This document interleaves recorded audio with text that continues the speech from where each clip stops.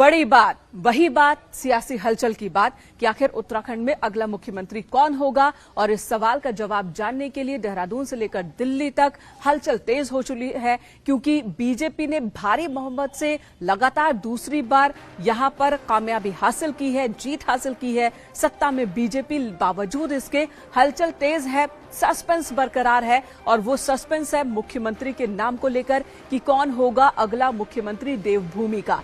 एक तरफ सीएम पुष्कर सिंह धामी, लगभग आधा दर्जन विधायक हैं, वो ये पेशकश कर चुके हैं कि वो अपनी सीट छोड़ने को तैयार है। सीएम पुष्कर सिंह धामी, जो इस वक्त कार्यवाहक सीएम हैं, उन्हें ही मुख्यमंत्री अगला बनाया जाए और उनकी सीट से चुनाव लड़वाया जाए।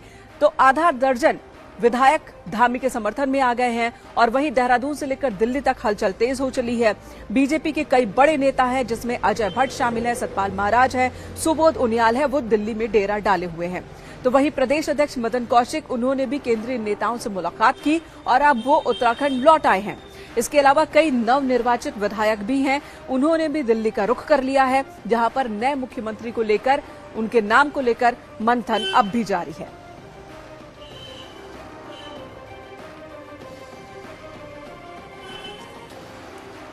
वहीं दिल्ली पहुंचे बीजेपी के नरेंद्र नगर से नवनिर्वाचित विधायक सुबोध उनियाल से न्यूज 18 ने खास बातचीत की है और इस समय केंद्रीय नेतृत्व से मुलाकात हो रही है। सीएम के चेहरे को लेकर उनियाल ने कहा कि जिसे भी आलाकमान मुख्यमंत्री नियुक्त करेगा, सभी को वो नाम, वो चेहरा स्वीकार्य होगा। हमारे साथ बातचीत करने के लिए हैं उत्तराखंड सरकार के मंत्री और वर्तमान में फिर से विधायक सुबोध उनियाल जी। सर, सरकार तो बहुत बड़े बहुमत से आ गई, लेकिन समस्या फिर वही है कि अब आपके मुख्यमंत्री हार गए अपना चुनाव, तो अब मुख्यमंत्री को लेकर लगातार बैठकों का दौर शुरू हो गया है। तो किस तरह से आप देख रहे हैं, अब क्या हालात हैं उत्तराखंड की अगर बात करें तो? देखो, उत्तराखंड में भारतीय जनता पार्टी की सरकार बन रही है, हमने पहले भी कहा था, आज भी कह रहे हैं, आप भी जानते हैं।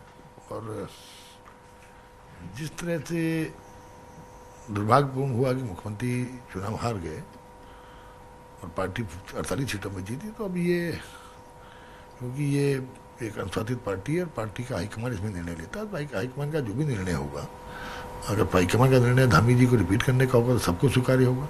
हाईकमान के निर्णय के साथ सब खड़े हैं।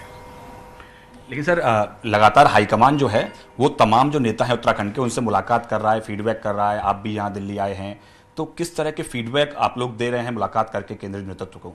देखिए, दिल्ली आना एक अस्वाभाविक बात नहीं है। मैंने पहले भी आपसे कहा था, जब समय चुनाव से पहले भी हम लोग दिल्ली आते थे, ये अस्वाभाविक बात नहीं है। हमारा केंद्रीय नेतृत्व यहाँ पर रहता है और ये मैंने आपसे कहा कि जो भी, क्योंकि अभी तो अहमदाबाद में सभी लोग व्यस्त हैं, अहमदाबाद के बाद ही मैं समझता हूँ इस पर निर्णय लिया जाएगा और जो भी निर्णय होगा वो राज्य के हित का होगा।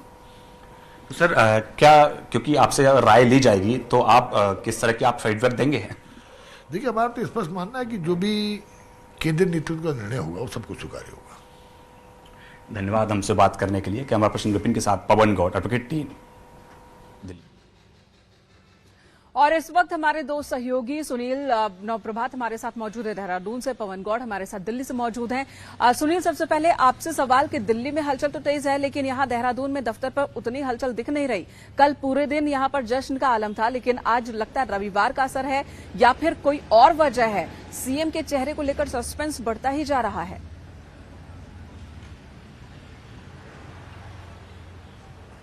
बिल्कुल मेनिका, और जिस तरह से जो जानकारी छनकर आ रही हैं, बीजेपी का जो हाईकमान है वो जल्दबाजी में नहीं है, क्योंकि 47 विधायकों के साथ प्रचंड बहुमत की गवर्नमेंट बनने जा रही है।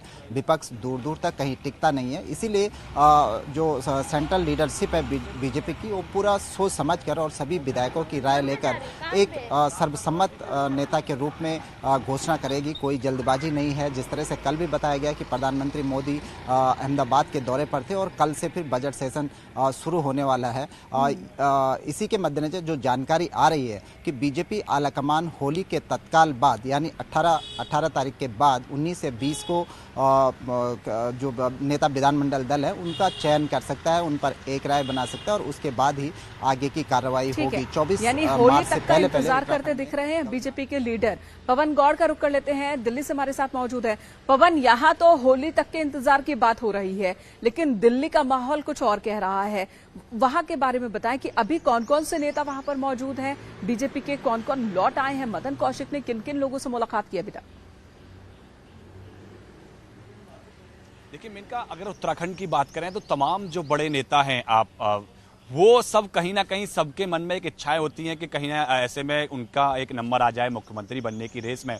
तो उसी के चलते बहुत सारे जो तमाम जो नेता हैं उत्तराखंड के, वो लगातार बीजेपी केंद्रीय नेतृत्व के साथ मुलाकात कर रहे हैं। कहीं ना कहीं कुछ नेताओं को नेतृत्व ने बुलाया है फीडबैक लेने के लिए, और कुछ नेता अपना अपॉइंटमेंट ले रहे हैं। तमाम जो नेता हैं, चाहे BL संतोष हों, JP नड्डा हों, उनसे मुलाकात कर रहे हैं। कल आपने देखा कि केंद्रीय मंत्री अजय भट्ट ने मुलाकात की, मदन कौशिक जो प्रदेश अध्यक्ष हैं उन्होंने मुलाकात की, सुबोध उनियाल ने मुलाकात की, वंशीधर भगत भी दिल्ली में है, वो भी तमाम नेताओं से मिलते हुए घूम रहे हैं।